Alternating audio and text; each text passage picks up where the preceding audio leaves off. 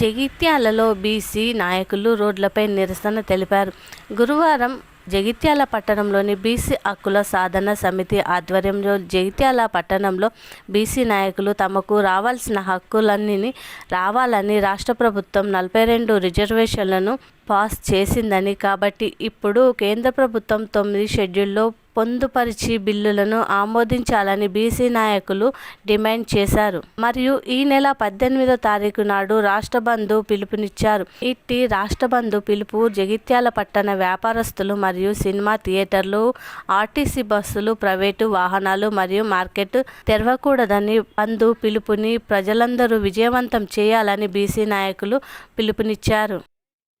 మేమెంతో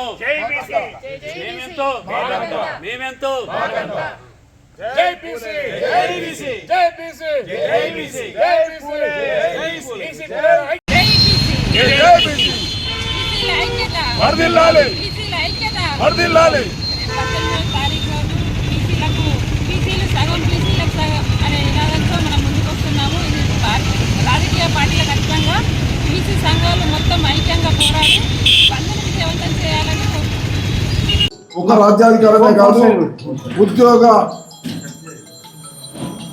అన్నింటల్లో కూడా మరి వాళ్ళ జనాభా నిష్పత్తిలో వాటా కావాలనే చాలా రోజుల నుండి ఆ కోరిక ఉన్న అనేక కార్యక్రమాల వల్ల మనం ముందు ఒకటి సాధించుకున్న తర్వాత అన్ని తీసుకోవటాన్ని ఎదురు చూసినాము. కానీ మనము ఆ యొక్క ఫలాలను అందుకోలేకపోవడం అనేది జరిగింది. మరి అన్నీ అయిపోయినాయి. ఇప్పుడు ఇక ఆ ఫలాలను అనుభవించాల్సిన సమయం వచ్చింది. కాబట్టి మొత్తము రాష్ట్రం ఉన్న అన్ని సంపన్న వర్గాలు ఏకమై మరి మేమెంతో మాకంత వాటా కావాలనే నినాదంతో మనము ఒక కార్యక్రమాన్ని చేపట్టడం జరిగింది. దానిలోని భాగంగానే రాష్ట్రంలో ఉన్న అనేక బీసీ సంఘాలు ఒకటై బీసీలే కాకుండా మనకు మద్దతుగా ఎస్సీ ఎస్టీ సంఘాలు కూడా వాళ్ళు కూడా ముందరికి రావడం జరిగింది. ఇది చాలా మంచి శుభపరిణామం. అలాగే ఇప్పుడు వాళ్ళందరూ కూడా మనకు మద్దతు ఇవ్వడానికి వాళ్ళ సంసిద్ధం తెలిపినారు.